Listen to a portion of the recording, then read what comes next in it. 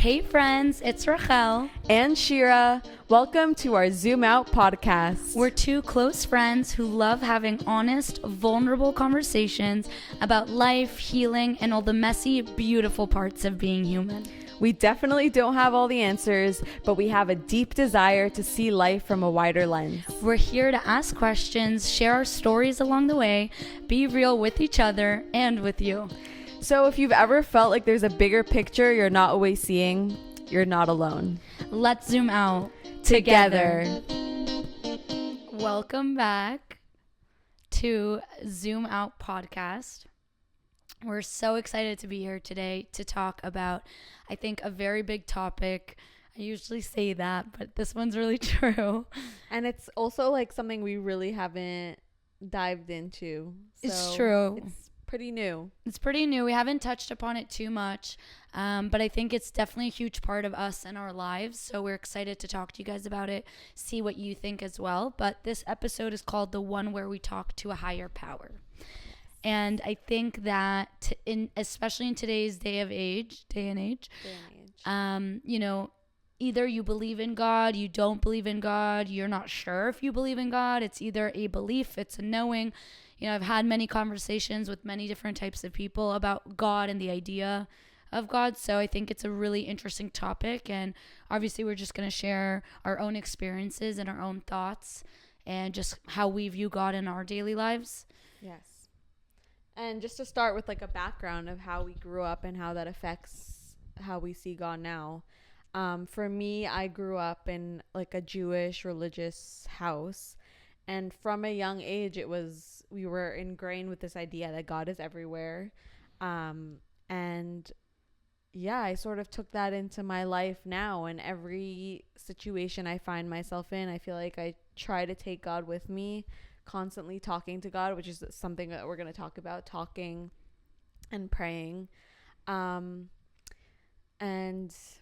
yeah, I feel like when you live life, when you try to see God in everything, try to seek him in everything, then it just makes life so much more meaningful and honestly just easier to live. I think it's also in a way, I think it's really easy to, obviously nothing's easy, but I think it's easier to live life thinking that God exists also because there is something or someone or a higher power to turn to in times of hardship, you know, or I think the biggest thing is like it's so easy to turn to God or start to believe in God when things are hard, but what about when things are good, you know? And again, this isn't for us to say... Or it could be the opposite, because some people have a hard time believing when things are hard. That's true too, right? That's true too. It's easy to blame the higher power when things are bad. And easy to forget the higher power when things are good. Amen. That's so true.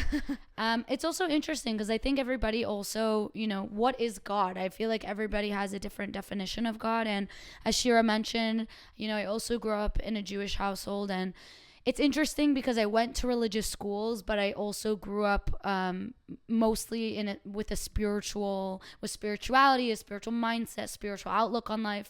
So for me, I honestly grew up with a little bit of like conflicting ideas. So I find that I'm in an interesting place where obviously I every day I'm still trying to figure out who I am and what I believe in. But for me, I've always felt confident in the idea that God exists. I always felt confident in the idea that there is a higher power looking out for us. This power source that has our back, that wants the best for us. I think for me, it's also like that idea that God creates us in his image, right? Like that is the, biblical way of thinking of it. And I think the way that I view life is like, how can I be more like God? And what is God? Because I think that is something we need to talk about first. For me, I think I view God as this infinite source of love and life. Similar to what Shira said, God is everywhere. I don't think it is this man or person or being that is just kind of up there and punishing us if we do bad things or rewarding us if we do good things. I personally never connected to the idea of sin or not sin, punishment or reward. For me, especially, in the spiritual household, which is spirituality is really connected to like science, the idea that what we do matters, cause and effect. Like one of Newton's laws is every action has an opposite and equal reaction, right? So I think for me is also it's like it's an interesting mix of viewing God in the picture and then also understanding like what we do matters and there is cause and effect. So I was telling Shira before this, like the easiest example would be is like if I put my hand on a burning stove and I get burnt, I personally don't believe that God is sitting there punishing me and burning me. I think it's I put my hand on fire and what's going to happen after that is my hand gets burnt. Right? God forbid. But in a simple way, does that make sense? Yes, 100%. I think God gives us the tools and it's our choice whether to take them or to disregard them. So free will. Free will. Yeah. Exactly. So it's interesting because there's these two concepts, the fact that God runs the world, right? And everything is in God's hand, but then we also have this free will. So we also have this power to make choices.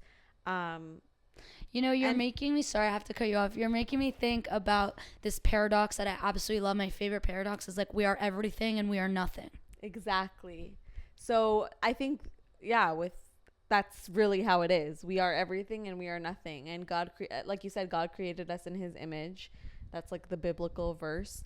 So obviously we have a soul, we have this godly spark within us, but we're also human and we're like nothing in comparison to God. So it's just interesting how they're seemingly paradoxical concepts, but they work hand in hand somehow. And I think it's interesting because like the nature of God is giving, right? Is like the creation of the world. It is, you know, sharing with us all the blessings and all the things that happen. And I think for me is like I take that upon myself to ask myself, when I say how can I be more like God, I think how can I be more of a giver? How can I be more of a sharer? How can I love people, love the people around me more, even especially when I don't want to love them or when this person is being an a-hole and I'm really frustrated. Honestly, I've had that thought many times where like I'm in a fight with someone or I really don't like someone. I don't like who they are. I don't respect them. But I really come back to that idea of like, okay, there is a spark of God in every single human in the world. We're all souls. We're all connected. And I have to remember that, you know, it's like transforming that hate into love. Right. It's transforming that hate into compassion. I'm not saying that you need to love every single person, invite everyone to your house. But there is a difference between, you know, really actively hating someone and just turning that into just compassion. Like, I can love you from afar. Right. You know? Yeah, for sure. And I guess the question that I think people will be asking and that we probably ask ourselves too is, yes, like you're saying, try to be more like God, the good parts. But what about like people have a hard time believing in God because they think that God gives the bad parts too? Yeah. So where do we find? It's interesting because I grew up with this idea of like, you know, challenges, a perspective shift around challenges in our life is opportunities for growth, right? So when I get into a fight with my brother, which, you know, I just happened a few weeks ago, and I'm sitting there, I'm crying afterwards, I'm asking like, what is the opportunity here? Right. What is the universe trying to show me that needs to happen here? What is this challenge trying to unlock in me? So for me, and again, obviously I want to be sensitive because there are many difficult things that happen to people in their lives. And this is not me saying, oh, you know, God is trying to do your best. Like there are difficult things that people go through. But I think like what Shira was saying is there's free will. So it's at the end of the day, like we can't control the circumstance, but we can control how we react to things. You know, and also the idea that God is infinite and well, I try to believe everything that God does is good. Yeah. And that sometimes we just can't understand. Like there are really bad things that happen to people and I guess there's no answer as to why. Yeah. But like you said, the only thing that we can control is how we react and we can't control the outcome, but we can control how we react to it. Yeah, and I think it's like coming back to that question of like, who do I want to be? What kind of person do I want to wake up every day as? You know, do I want to be a giver? Do I want to be a lover? Do I want to be a hater? Or do I want to be a fighter? You know? Right. And I think that we're making it sound simple, and it is simple, but that also doesn't mean that it's not extremely difficult in times of those, you know, moments. Okay, so funny enough, I have a little story. So I mentioned, right, like my view of God is not this fear and punishment, this religious view, but it really is like the universe and God. To me, it's kind of one and the same, working with us, through us to help us. And so I really also believe in, like, spirituality and science, understanding there is free will, understanding what we do matters. We are nothing and we are everything.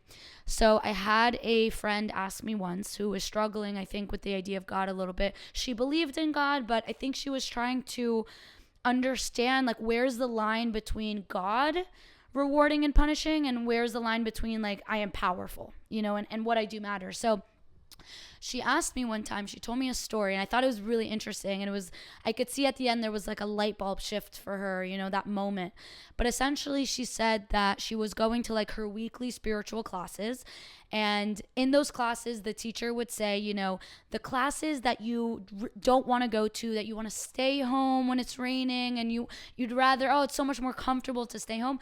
Those are the classes that you want to go to, and those are the classes that you like need to hear the most, right? Because it's like sometimes the resistance is big, but it's on the other side of that resistance, right?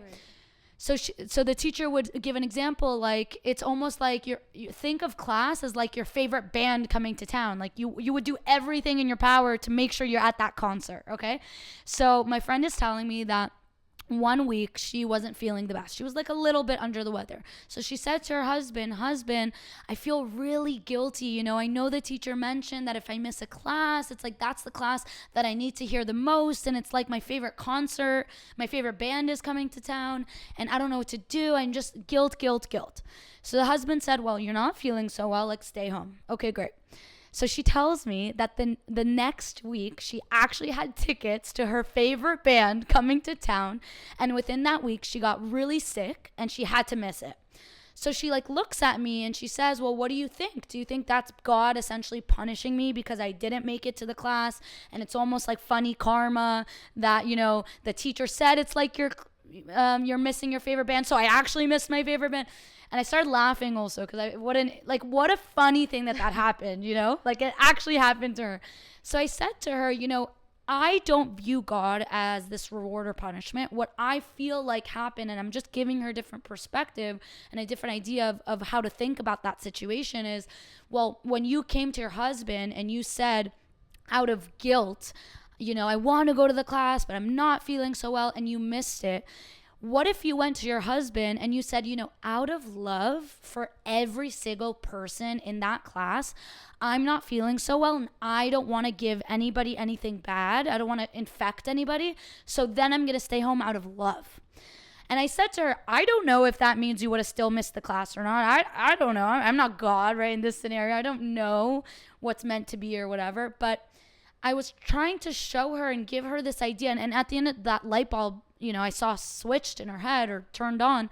But it's the idea of like the seeds that we plant based on the intention we put into things is going to affect the fruit that comes out of it. You know what I mean? Oh, I like that. That's very profound. Yeah. So it was like the idea of like when you're coming from a place of guilt, when you're coming from a place of fear, the only fruit that is going to come out of that seed is like moldy, but when you're coming from a place of love for other people, who knows what could have happened. But what an interesting idea to understand that our intentions matter. Go ahead. Sorry, no, that's why when I say we are everything or we are nothing, I love it because we can't control circumstances, we don't have that control, but we can control ourselves.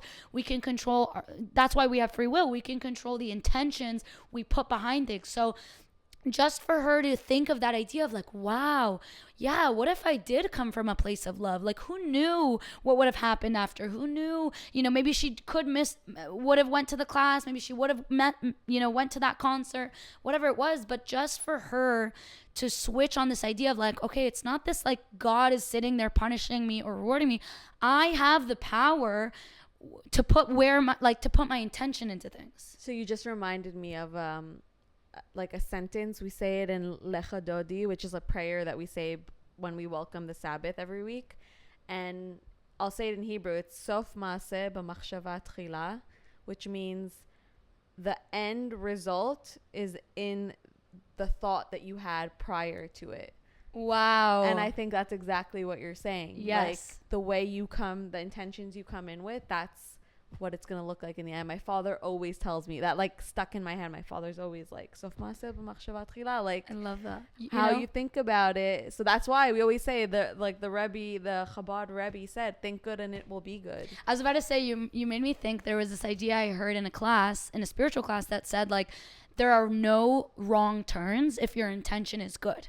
Like, if you are genuinely coming from a place of love for someone and you do something that ends up being wrong, quote unquote, or bad, quote unquote, which I don't believe in, good or bad or wrong or right, it will always bring you back to, like, where you're meant to go. Like, it really is about your intention. I think at the end of the day, that is the only thing we can Wait, control. so you don't believe in wrong and right? I believe in wrong or right, but yes and no, meaning, like, I think that anything can be right if we have the best of intentions. You know what I mean? Like, meaning I can do a wrong action, but I feel if I have the best intention, it will turn into the right action. That's what I mean. So, like, just to be, like, extreme right now, like, someone goes and murders someone with the good intention of revenge or something, like. Okay, so no, I don't. I think yes. Okay, great question. Just to clarify for everyone. Yes, obviously there are wrong things. Obviously, when it comes to murder or stealing and things like that of that nature, that is bad. Also, how could you? Then I would pose the question back to you: how could you murder someone with the right intention? You know what I mean? Because revenge, it's not the right intention. What is the? Yeah, but there's other things that no matter what your intention, wrong is still wrong.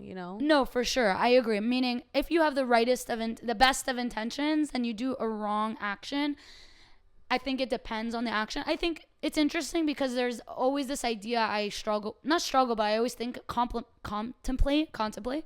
Like, is it what's more important, the intention or the action? Right. To me, I believe that actions matter, but it's really the intention that matters the most, personally. It's funny, actually, you just remind me. So I was talking to a group of mentees in the spiritual class that I mentor at, and we were talking about the idea. For example, I have one of my mentees. She's so sweet. She's awesome. She's, like, definitely a creative, like, fashion designer, like, wanting to be a fashion designer, wears all these cool clothes, like, but really has a gift for it. And we were talking about this idea of, like, you can do the same action and with such different intentions, it can be very different. Right. So what do I mean by that? To give a good example, I'm going to take my mentee as an example. We talked about this. She can either wear her really cool clothes as a way to get validation, external validation from everyone around her. All she wants to hear is, wow, what a cool clothes. Where did you get that? Oh, I made that. Oh, amazing. So she can do it from a place of, like, I need something from people. I need that validation. Or she can do the same thing, wear those cool clothes as a expression of herself, to know, like, this is her unique gift. This is what she was born with, and this is a way to express that. So we're talking about this idea of, like, you can do the same action with such different intentions, and it's going to bring such different results at the end of the day. Yes. So okay, yes, I do believe I do believe in right or wrong. I do believe that there are bad things that happen and there are bad things you can do. I want to make that clear. But I guess my point is, I think that if maybe you're trying to say, like, with the right intention, you can always, I guess, try to come back or rectify. Yes, exactly. Thank you. I think that it's like, if you genuinely have a good intention, I think there's always, with that seed, there's always a way to get back to it. Yes. That I agree with. Yeah. Thank you for helping me clarify that. But okay, wait. So also say that famous parable. Yeah. I love this one. It has to do with this. We were talking about how we have power, right? And that there's free will. So there's a really famous parable. A lot of you guys probably have heard it before, but it's so, I don't know, I think about it a lot. Me too. So there's a guy in a boat that's sinking, and he prays to God, and he's like, God, please save me. And he's praying really hard, and all of a sudden he sees a boat pass by him, and the guy on the boat's like, oh, come, I see you're sinking, come, we'll take you back to shore. And he said, no, I just prayed to God is gonna save me. And the guy's like, okay, bye. And then, like, I forget exactly, the helicopter comes next, and he says, come, let me save you, I see your boat is sinking. And he's like, no, I just prayed to God, he's gonna save me. And then the guy is like, okay, bye. And then the boat ends up sinking. And he dies. And then he faces God after death, and he's like, God, I prayed to you and I was trusting you. I told everyone I'm trusting God and you didn't save me. Like, where were you? And God is like, bro, I just sent you. Bro. I sent you 2 people and you denied them. That was me. I sent you those people. And it just, sometimes we pray and we want this like magical thing to happen, but really God gives us the seeds sometimes. He gives us the opportunities and we just have to be aware and grab them. And yeah. And then I think also it has to do with like when we pray, everyone prays differently. But for me, I try to pray instead of God, I want this, like let's say when I was dating, God, I want this to be the right one. God, please make this work out. I said, God, if this is what's best for me, please make this work out.